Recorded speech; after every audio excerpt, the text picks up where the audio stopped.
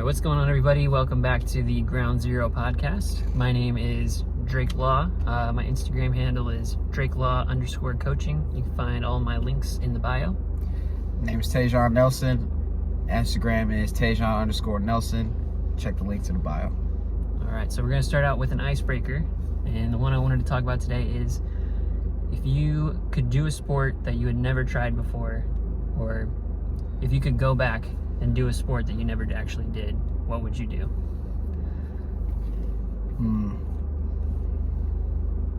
Or what's a sport that you never tried that you wish you would have? Hockey. Hockey would be mine. Not a great ice skater or anything like that, but it's just I don't know. It looks super fun. I got a lot of over the years. I don't know what really. I would probably say my junior year of college is when I really started getting into it more. And then, I don't know, just recently I've been watching more hockey than any other sport besides like college basketball.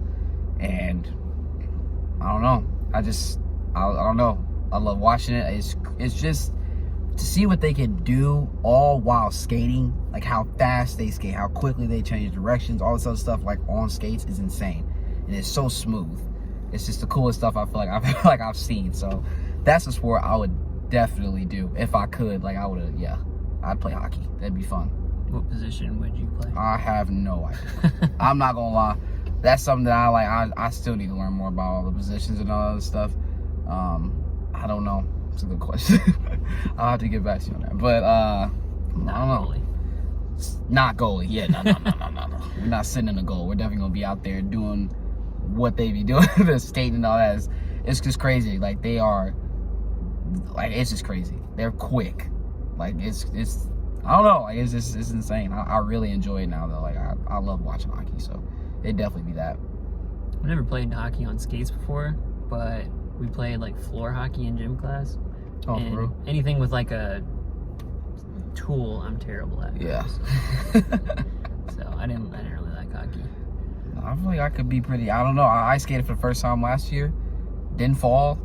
You know, I was out there running like hockey, like how they be running and moving. Like I was doing that. That was my first time skating. I was like, you know what? I'm not too bad at this. So maybe if I picked that up at an early age, like most of them do like 5 years old or something like that, already on the ice. You never know. Probably could have been great out here. You never know. So I definitely would have done that. What about you? We got a couple options. I feel like the easy thing to say would be football, because I never played football. Oh, for real? And I love football. I played for fun with friends, like not actually like on a playing. team. But Gotcha, not okay. on a team. Yeah. So I think that would have been cool to do. But I think that one sport I really wish, knowing what I know now, that I wish I would have done would be gymnastics.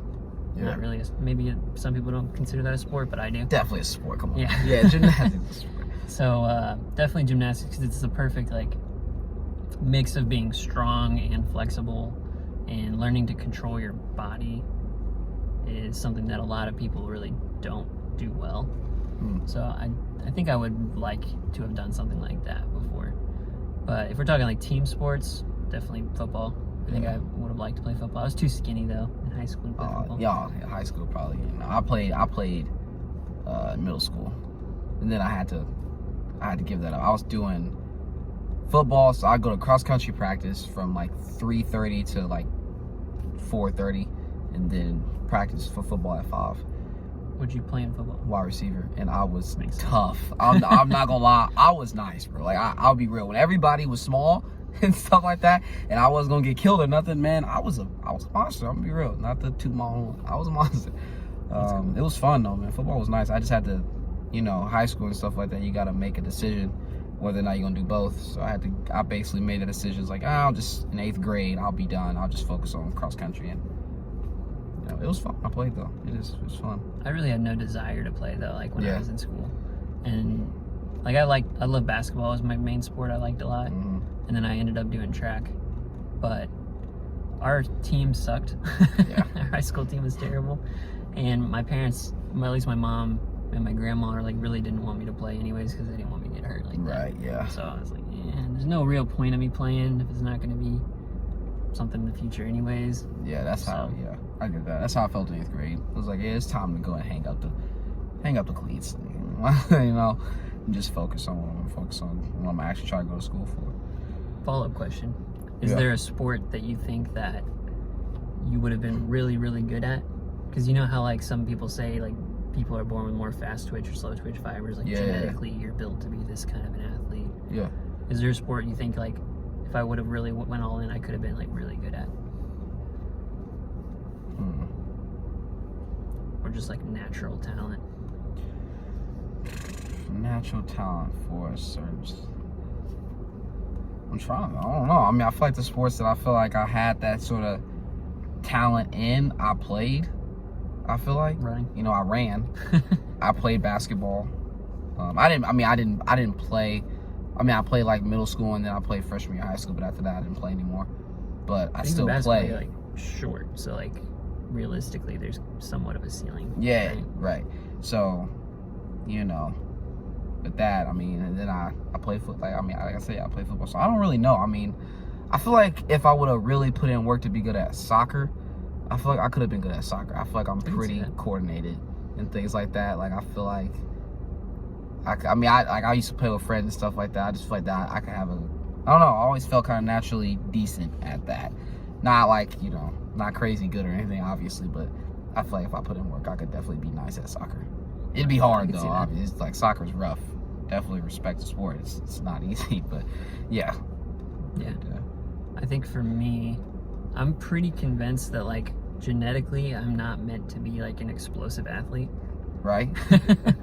Like I think the fact that I want to be able to lift heavy and jump high and stuff like that is not what my body's actually built for. But I don't think have enough mental strength to be an endurance athlete either. Yeah. So like I think one thing that I would be really good at is swimming. Like I think I actually have like a natural talent for swimming. Like I'm actually a really good swimmer. I've never actually competitively swam ever. But I think like without ever having any training, I'm a pretty good swimmer. I'm pretty fast. Yeah. And I think I have the right kind of build for it. Not now. I'm a little too heavy now. But in high school, I probably had the right frame for it, you know? Yeah. So, I don't know. I think swimming would have been something I probably would have been good at if I had access to it. Yeah. That's dope. I hate swimming with a passion. We used to have practices in cross country that everybody loved but me. We would go to the pool and everybody was having so much fun. Meanwhile, I'm in the water dying. Catching cramps in my calf and all stuff. People thought I was faking. It's like, no, I'm really cramping up right now. Like I hate swimming. My body does not. I don't do well with swimming. I can't. It's rough for me. I get tired fast. But yeah, no, that's dope though. I wish I could be good. I mean, I'm sure if I tried, but I don't know. But swimming's cool though. Swimming's dope. It's kind of hard to find like the right sport for your height and your frame and everything. You know. Yeah. Like if you're 6'8" and you have a 8-foot wingspan, like your sport's probably basketball. Yeah. Or if you're big boned and 6'6", like you should probably be a lineman in football, you know. But there's not a whole lot of like other really great options. I guess if you're shorter and you have really strong upper body, gymnastics makes sense. Stuff like that, but like, you know, it kind of depends. Yeah, it does. So topic for today that we want to kind of get into is talking a little bit more about like the nitty-gritty stuff about what we actually do. The last few podcasts we talked a lot about mindset and stuff like that, which is always super important to talk about, especially when we're dealing in a field like this where discipline, responsibility, stuff like that takes such a big role. But today I want to talk more about like the logistics, the stuff that we actually do, the specifics of training and getting stronger and getting more flexible. So I thought a good place to start would be just kind of how we started working together. You coming off of college sports, college running, and kind of getting introduced to this world. So walk me through that process. So if you don't know, I started off coming off of running or college with back pain and things like that. That kind of got worse as I started working my first job.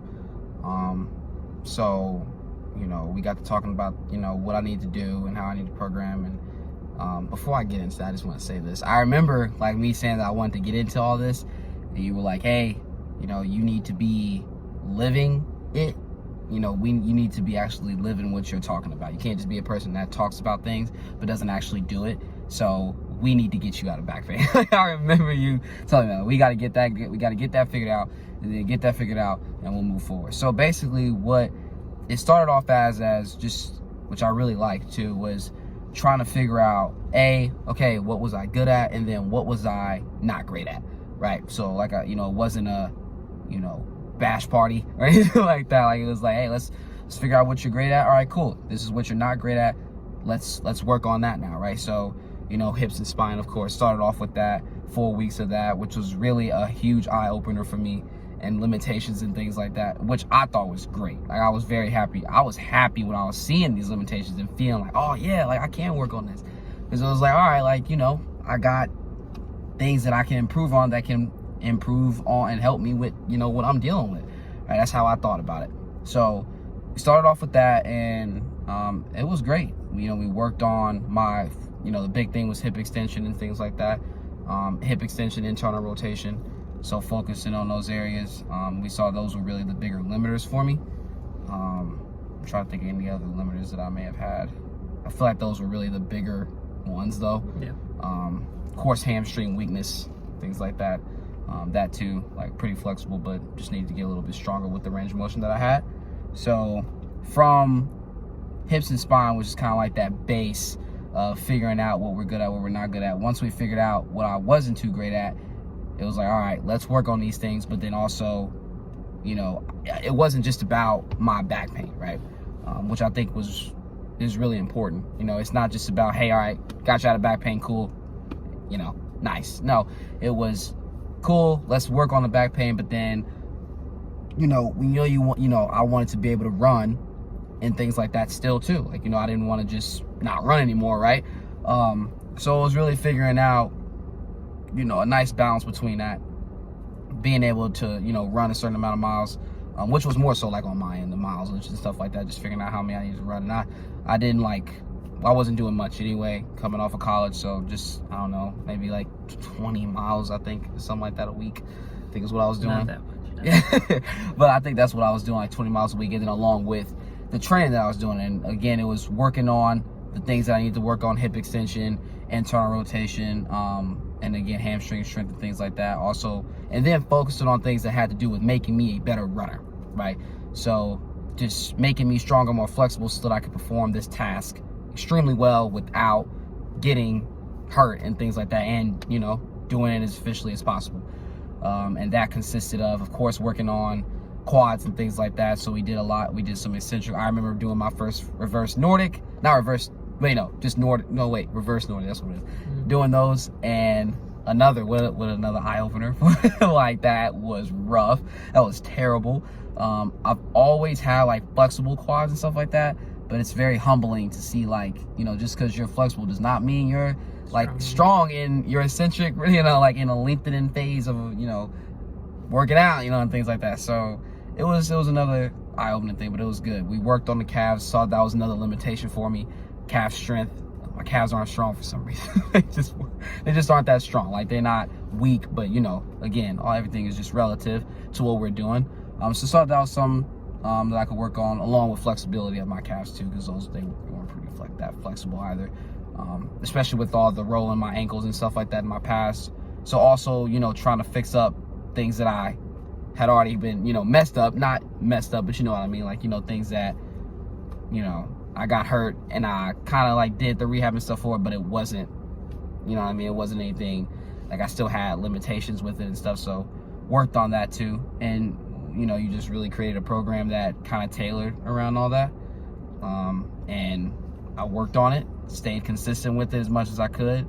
And, I remember just one day coming into work and being like, I really don't even, like I don't have back pain no more. I was stretching someone's, I don't have back pain. Did a run, I was like, I haven't really been noticing any back pain with the run either. It's kind of like an afterthought though, because I was more so focused on how can I get better at these things that we're working on. So it wasn't even about the back pain. I never even thought about that, but like that was really cool. Like, it wasn't even like we never even talked about that. Hey, we just need to get stronger in these areas, things like that. Boom, and we did, and yep. The rest is history. Yeah. So No, That's great. That's awesome. You brought up a lot of really good things there. So, first thing, no, we're not talking a ton about mindset. Yeah. But I love that was how you had treated it. It was like, yeah, I'm dealing with this, and this, and I wanted you to. Our first job working together. Our main thing is we try to get people more flexible. We try to get people out of pain. That's what we do. That's what we did, and I wanted you to live that because. If you're going to go to a dietitian, you don't want to go to a dietitian who's overweight. Right. If you go to a dentist, you don't want to go to a dentist who doesn't have teeth. If you're going to learn about this stuff from someone and get coaching from someone, they should live the results that you're trying to get to, right? Or at least have a path to get to that point themselves, right? That's what we do. So I'm glad that you took that and were like, yeah, you're right. I need to get better at this. I need to overcome this. Make it a thing so that I can help other people do it. And then, like you mentioned, we didn't really talk about, every single day, how's your back pain? How's your back pain? How's your back pain? Because then we're just bringing more attention to it. Exactly. And we're not ignoring it because your back pain was caused from certain weaknesses or certain imbalances. So instead of saying, hey, let's check in on the back pain every single day and see how it's feeling and auto-regulate from there, it was more like, let's just get better at these weaknesses that we have. And then soon enough, you're getting stronger, you're getting more flexible, and that's great. You're building momentum to the point where it's like, well, now the back pain is just not there, and cool, I feel great. I've accomplished a lot, and I don't have back pain. Right? That's the right mindset. Because even if you still did have back pain, but you were still getting stronger and still getting more flexible, like look at all that you were able to build and accomplish from just doing those things. Even if you did have some back pain still, it's like, wow, I'm stronger than I was. I'm more flexible than I was. I can put my palms flat on the floor, all this kind of stuff that you couldn't do before. Like, that's a really good mindset that I think more people should take with their rehab or with their training in general, is have a measurable goal to reach for, so that your tertiary goals like getting out of pain or just feeling better, having more energy, just kind of come along with that. So that's a great mindset to have. But the other thing you mentioned at the very beginning was the two main things that we spotted right away, and that's hip extension and internal rotation. So there's 6 different functions of the hips. There's hip extension and hip flexion. Those two work opposite of each other. There's external rotation and internal rotation that work opposite of each other. And then there's abduction or abduction and adduction or adduction. And they work opposite of each other. So why were those two things the things that we knew immediately that, hey, this is what we need to improve on? Well, so with that, it's like certain exercises and things that I was doing, like I remember doing like an internal rotation isometric, which was like just deadly for me. At that time, like it was the worst exercise. It was horrible. More so on my left side, which is the side where I had most of my pain at with the low back. And realizing and seeing that, there was obviously limitations from my left to right side with that, and it was just weaker. And with the extension, it was noticing that, I was using more of my low back, right, with that extension. And the reason being is because I was in a more, well, I have an anterior pelvic tilt. Most people do. Not a bad thing, people. But, I was more so stuck in that, right, which was the issue. So being able to move in and out of that is what we wanted, but I was more so stuck. So learning how to extend my hip without using my low back was the big thing, right? So, and I remember, I think another humbling one for me, the isolated hip extension. Back then, crazy humbling, because again, I've been using my low back mostly, which a lot of people do, for so long with extended, you don't even realize it, until you're put in a position where you can't, your low back is gone. It's like it's taken out of it, right? So you have to use that hip to extend it. Very, very, very, very humbling. In a good way, though. It lets you see, like, whoa, okay, there it is. That's what it feels like. That's how it should be. With extending my hip and stuff. So that's how, like, we pretty much figured out. 100%. And so another thing you mentioned was your hamstrings and your calves were weak, right? Yeah. And so this is something that everyone kind of gets, but more people really need to understand, is that your body is so good at cheating or compensating that when you're doing a sport like running, there is a ton of extension that is constantly required through your ankles, your hips, your hamstrings, your back, everything. Like, you're constantly pushing off the ground and extending, right? So if you can't properly extend through your hips, then your body's going to find ways to make extension, and the low back is the first thing to go because your back is dynamic, right? And it's the core of everything. So it's just like that with other people and different things too. Like when you sit at a desk all day and you're not properly stacked and you still need to be upright, well, you're going to compensate in certain ways. You're going to tilt your pelvis, or you're going to use your back more, all those kinds of things, to where that becomes super imbalanced, right? So when we're trying to find true extension or hip extension, you got to look at the certain areas that are going to make that happen, right? And a dumped forward pelvis is not going to be right for that. And your hamstrings are hip extensors, and the calf is kind of the ground up beginning of extension in our whole body. So seeing where those are weaknesses translate directly into what you had been doing and what you had been dealing with, right? So that's something that, like, when like you ask me or anybody asks me, it's like, where do I even start with like this certain pain, or with someone came to me and they're dealing with this, what do I start with, or what should I look at first? It's always hip extension. Not because it's always the answer, it's just the most common thing that I see, right? Is that people just suck at extending their hips because it's so easy to cheat. It is. I mean, yeah, and if you think about it too, like, and I don't know, I can't remember like the study, the exact name of it or anything like that, but it like looked at, you know, anterior pelvic tilt and things like that in the population, in regards to, like, you know, certain things. And most people are more forward in space. Like your body's more like pushed forward. Your back is already more extended. You know, you're already in that position all the time.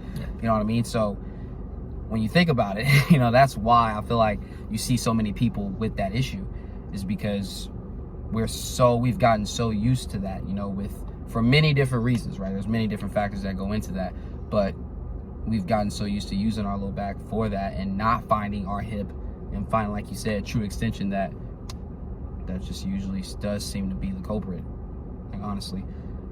100%. But not for everything, like you said, you know, it's not always the answer. But yeah, and that's why it's important to like kind of go through a full assessment like we did.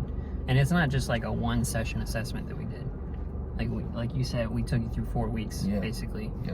And it was looking at each of those 6 functions of the hips, looking at how our spine moves, looking at other things like the ankles and the calves and stuff like that, and seeing like, okay, here's the things that we're great at, here's the things that we suck at, right? And so you're like the perfect example of what a runner, a high mileage runner, maybe not for you, but like for most people, 20 miles a week is a lot. And you were doing more than that before. So like you would put some wear and tear on your body. So like most runners probably have similar issues to what you did. Not everybody, but most people. Right? For someone like a power lifter, which is another big thing that I've worked with, is like people who do a ton of powerlifting because that's what they were taught in school or in just wanting to get more fit and working out more. There are a whole different slew of issues that we can look at, right? I mean, when you're squatting and someone is constantly telling you to push your knees out, torque, right, create external rotation all the time, then there's a whole different bunch of issues that come through, right? We're gonna find a lot more of just not really good movement through external rotation. So it's good to like look at internal and external rotation, but you're gonna have like overextended adductors or really weak adductors because you're never getting like full depth in your squat. You're probably gonna be weak in a shortened position too, because you're just overextended without any strength there. Your glutes are going to be constantly shortened, so you're going to look for length in the glutes. It's pretty common among most people there too. But you're definitely not getting a lot of like soleus activation, whether it's from plyometrics or which would be an opposite thing of you, because a runner is going to have a lot of elastic bounce because you're constantly pounding off the ground, whereas a powerlifter has never touched his soleus in his whole life. His knee's not going over his toes. He's not putting any like elastic force in the ground. It's completely different, right? But it's something that we still cover within that first 4 weeks. It's like, hey, how is your soleus working, or how well does your hip rotate externally versus internally, and are we strong in those positions, right? So it's good to kind of have like an all-encompassing assessment to look at. Yeah, it is. So and I like that.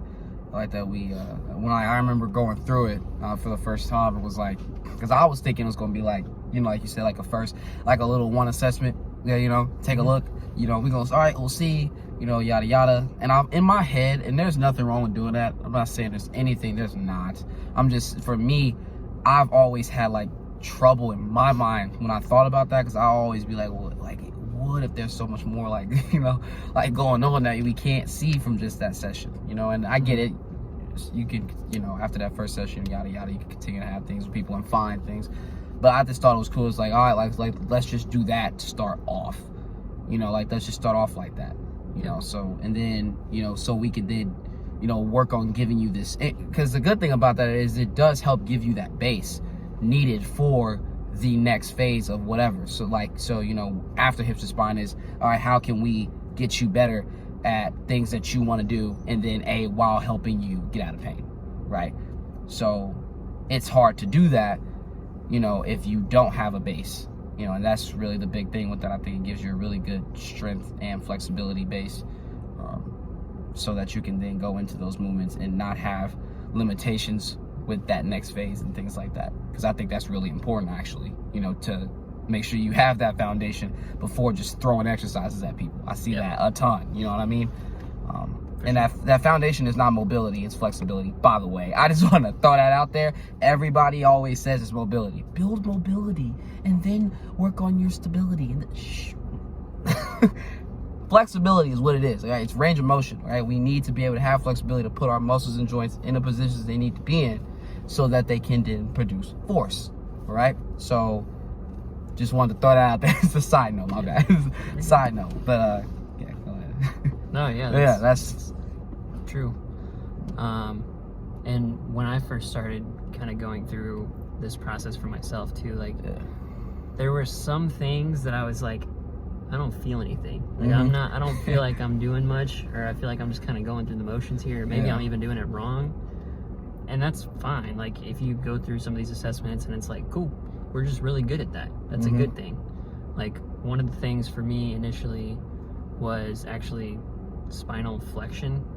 I was actually really good at for some reason.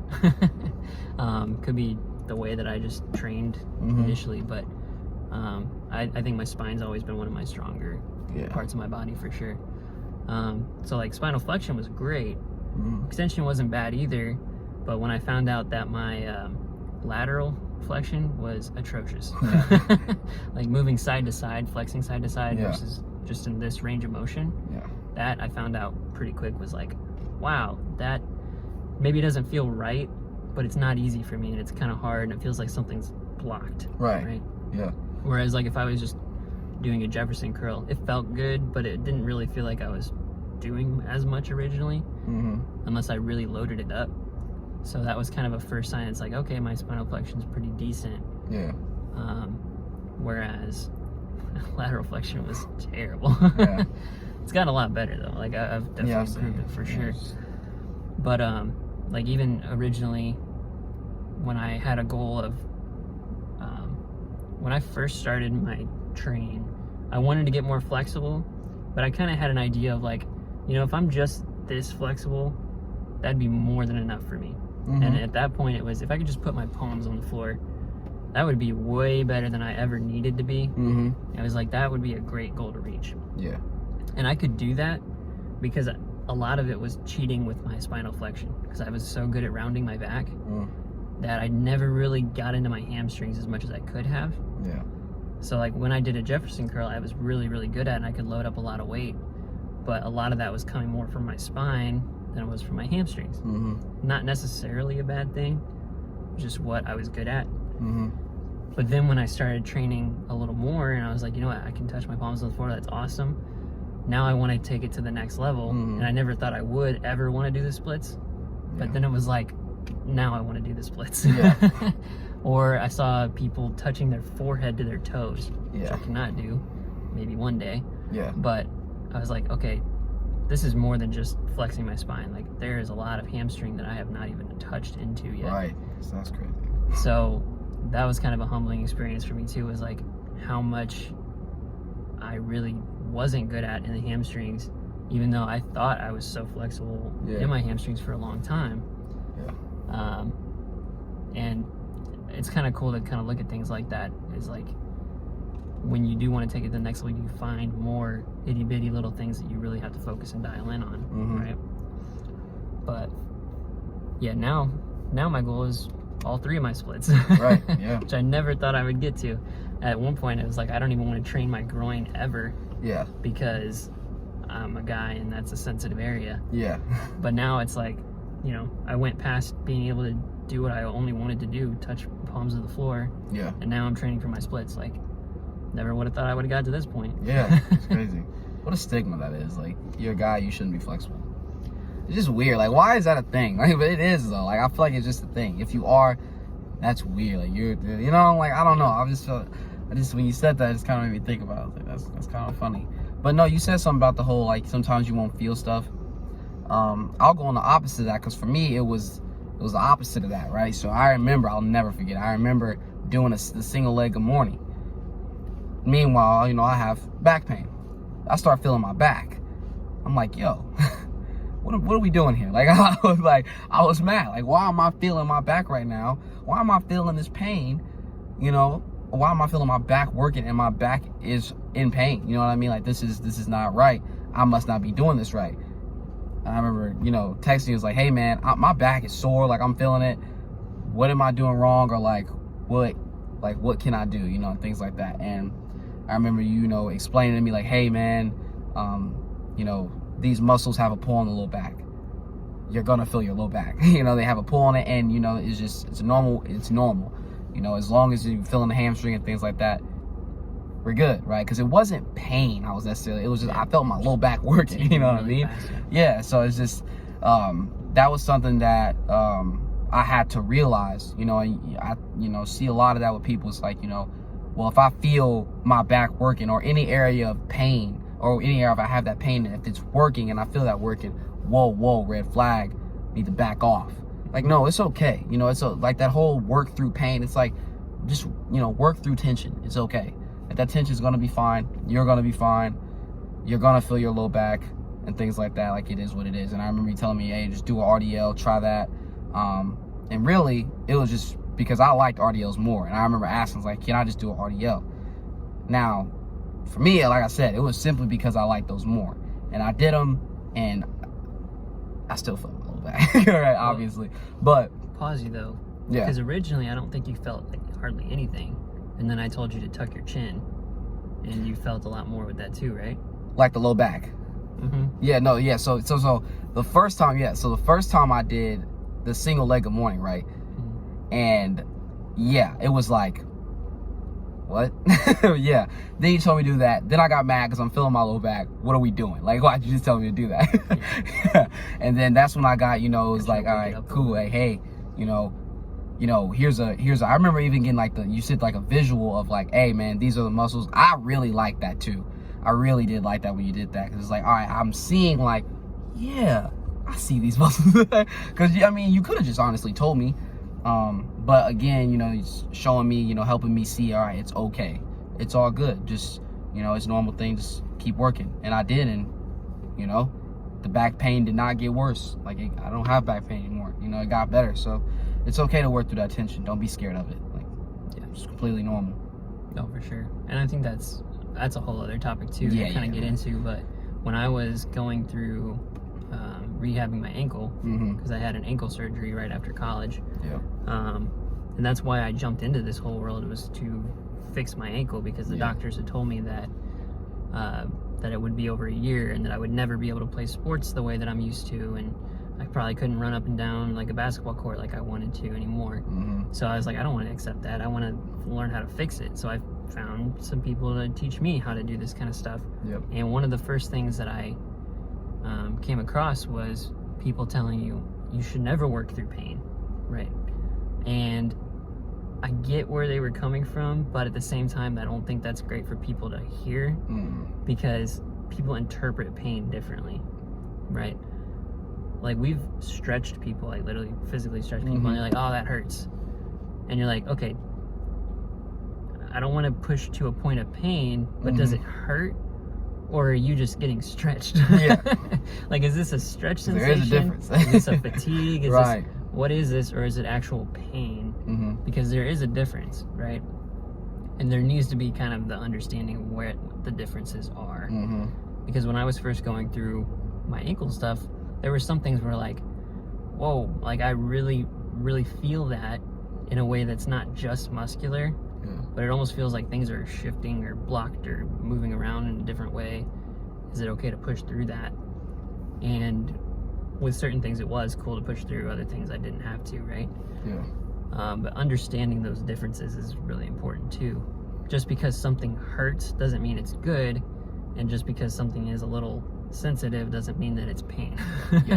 There's a weird balance you kind of got to find. And there's no middle ground with that. You gotta have people like, hey, you know, if this isn't painful, I'm not getting worked. If it's not excruciating. And then you'll have the, oh, that's painful. No, it isn't. I just lifted your leg up. You probably feel some you probably feel some tension, you know, and things like that. Is it, you know? And usually, like you ask that, it's like, no, it's really good tension, like it's a really good stretch. That's why I always, you know, try to like think about it in the sense of you want to be comfortably uncomfortable, right? Again, this all goes back to, you know, creating these adaptations and things, right? Well, we have to, you know, stress, things like that. Stress is not comfortable, right? But you have to be comfortable with being in this position that is not comfortable in this moment, right? But as your body gets used to it, as you get more flexible, yada yada, then your body adapts, right? So it's the same thing. That's how I like to think about it, because like you said, everybody's pain tolerance or tension tolerance is a lot different. So, but yeah, I think a good way to kind of tell the differences too is to monitor over the course of time. Because, you know, if you're gonna work out and you're gonna stress a muscle in a way that you've never really stressed it before, and everyone's probably experienced this, you work out, you're sore for like 2 to 3 days, right? If you're sore for more than 2 days, that was probably too much stimulus, right? And I notice that now, even like when I play basketball, right? My ankles will feel it the next day, and I'm like, okay, feeling it a little bit. But if it's a lingering thing and my ankles keep feeling it, it's like, all right, I need to take it back a little bit, right? Or even, you know, I mean, we've had workouts where you're like, dang, my back is feeling it again. And it's like, okay, is it going to be a day, 2 day, 3 day thing? And then we can monitor our intensity from there. It doesn't necessarily mean that we shouldn't ever do that again, which is some people do. It's a really it's good like, point. It's just that we need to dial it back a little bit, build up, and then go from there, right? Because like, and it's harder when you're playing sports or something where you can't really control intensity as much. Because if we're playing a game of basketball, it's going to be up and down intensity the whole time. Right. But maybe how much we play, I can monitor that.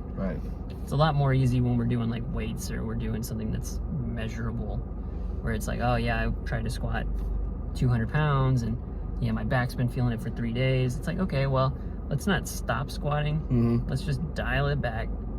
Maybe go back down to 150, something like that, 175. Do that. Yeah, I'm sore again, but it only lasted a day. Great. That's what we want, is to actually have a little bit, either a little bit of soreness or no soreness.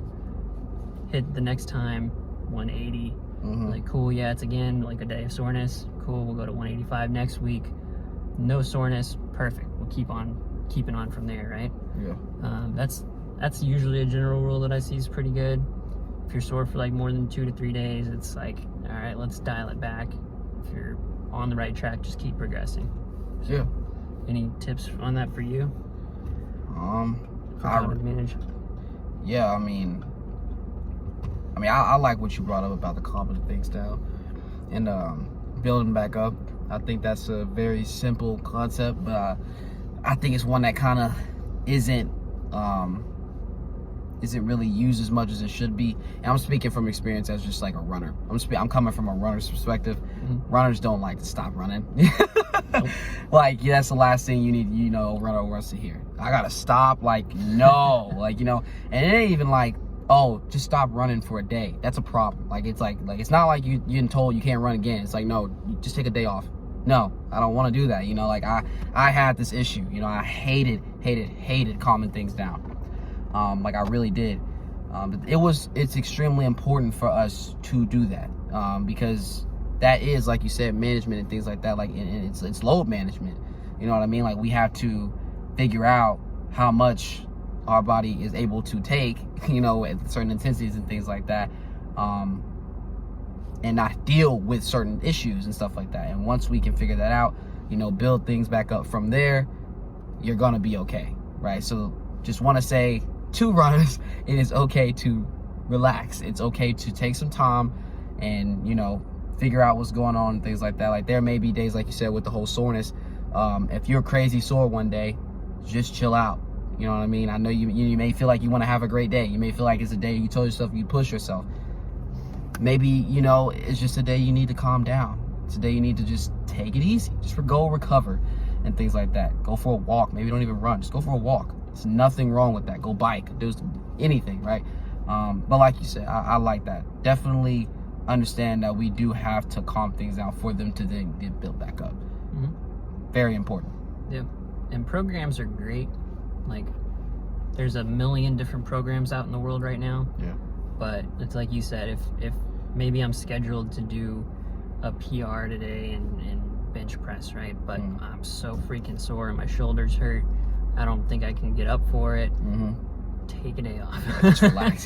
Take a day off. It's not that serious that you have to do your bench press on a Monday evening every week, right? Mm-hmm. Push it back, do it a Tuesday, do it a Wednesday. It's fine. You're not gonna ruin all your progress to kind of break your program for a little bit. Yep. Right? And that's something that I always try to let clients know is like, yes, I'm gonna write out certain things for you to do this many times in a week, right? Yep. But I want you to more build your toolbox rather than be so stuck in this is the days that I have to do this and that. Yeah. Right? It's good to have habit development. It's good to develop your habits and, you know, be able to discipline yourself in that way, but we also have to have a balance of listening to our body and understanding, you know, what it needs. Yep. And that comes with just time and reps and learning more about yourself and what exercises do what to you. So, yeah. I agree. That's pretty good.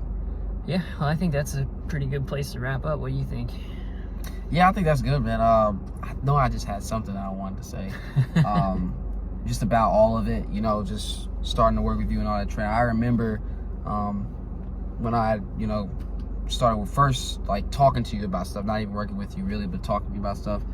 And this in my mind is like, you know, like, I don't, you know, I like, will I ever be able to run, play basketball? Because that's really, I didn't care about lifting, to be honest. When I first started, like, I didn't care about lifting. I hated lifting, actually. It was just something in my mind. I was like, ugh. But it was because of other reasons. But it was like, will I actually be able to do those things? Because I felt like I couldn't anymore, you know. And, you know, started working with Drake and things like that. And, you know, I'm playing basketball a lot more. Like, I'm playing basketball a decent amount, I'd say. You know, we play, you know, once or twice a week. Sometimes maybe more. Sometimes, honestly, like, you never know. Sometimes you never know. But yeah, you know, playing basketball, running, you know, a decent amount of miles a week, 25, 30 miles a week, and strength training 3 to 4 times a week. You know what I mean? Doing all that, and I'm not hurt. Not hurting. You know, haven't had an injury since that little ankle thing, but, you know, happens. It's over. It's over, you know. So it's just really important to understand that, you know, your pain does not have to necessarily be your identity. You don't have to live with that. You can get back to doing things that you really want to be able to do. It may sound far-fetched. Honestly, it did to me too. Yeah. You can't run and play basketball. Run, all that running and all that jumping. No, my knees can't do that. Lifting. Yeah, and lifting. My knees can't take that. That's what I was saying, because I always feel like my knees were just weak. Like, I don't know. Like, my knees can't take it. My knees can't. Now I'm doing all that, you know what I mean? And it's like, Yeah. not really anything I think about, you know? So, Probably more athletic than you've ever been. honestly, I really am. Like, honestly, I'm jumping higher too, you know? And I run, you know, still. So, you know, it's just a matter of understanding, like I said, it's not your identity. You can get better. You just have to, like we talked about the mindset, be willing to put in that work and, you know, find the right people that can actually help you. Because, again, the goal is not to get you just out of pain. The goal is to get you to be free. Mm-hmm. You should be able to do whatever you want to do. Yep. And you can. You truly can do whatever you want to do. You just have to be willing to put in the work to get strong and flexible relative to whatever you want to do. Absolutely. And that's a great point too, because like when I first started this stuff, the main goal for me was, I mean, forget my ankle. Yeah. Like it was, I want to be able to run and jump. Yeah. I didn't even care if I could never like jump super high. Yeah. I just wanted to be able to run and jump, play sports when I wanted to, right?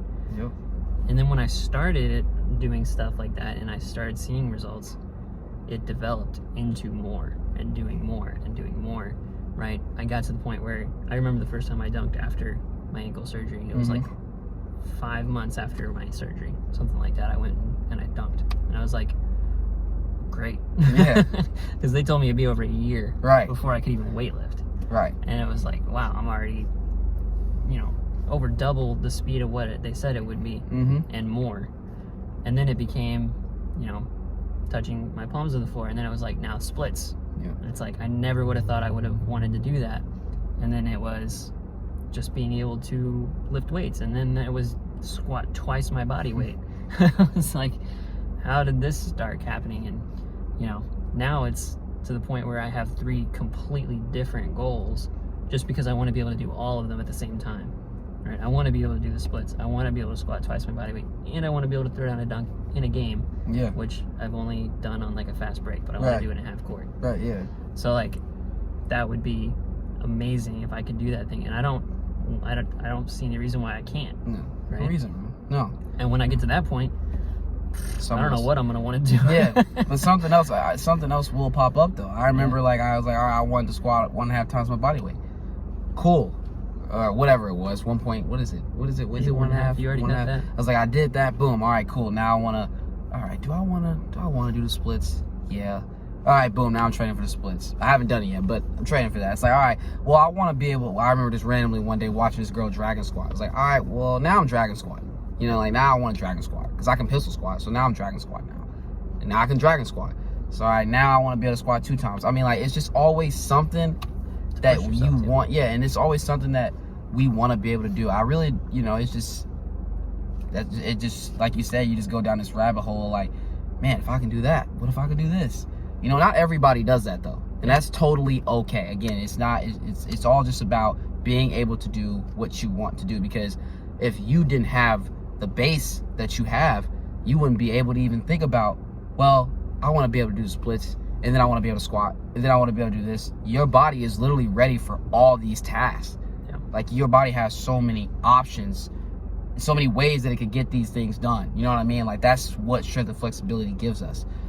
So that's really the important thing, I think, that with our programming is that is the focus. That's the big thing. You know, we don't want to have you sitting around thinking about pain and things like that. We want you to think about, wow, yeah, exactly. Like, wow, I can do this now. I mean, and it's the best feeling in the world. Like, I can do this. I never thought I'd be able to do that. I never thought I'd feel like this, you know, and things like that. Like, I never would have told me I would have been trying to squat 2 times my body weight, trying to do the splits and playing basketball, running. Would have been like, no. I wouldn't have told you I would be doing any of that, you know. Yep. So, you know, it's just that, you know, just remember that that's the focus. Yep.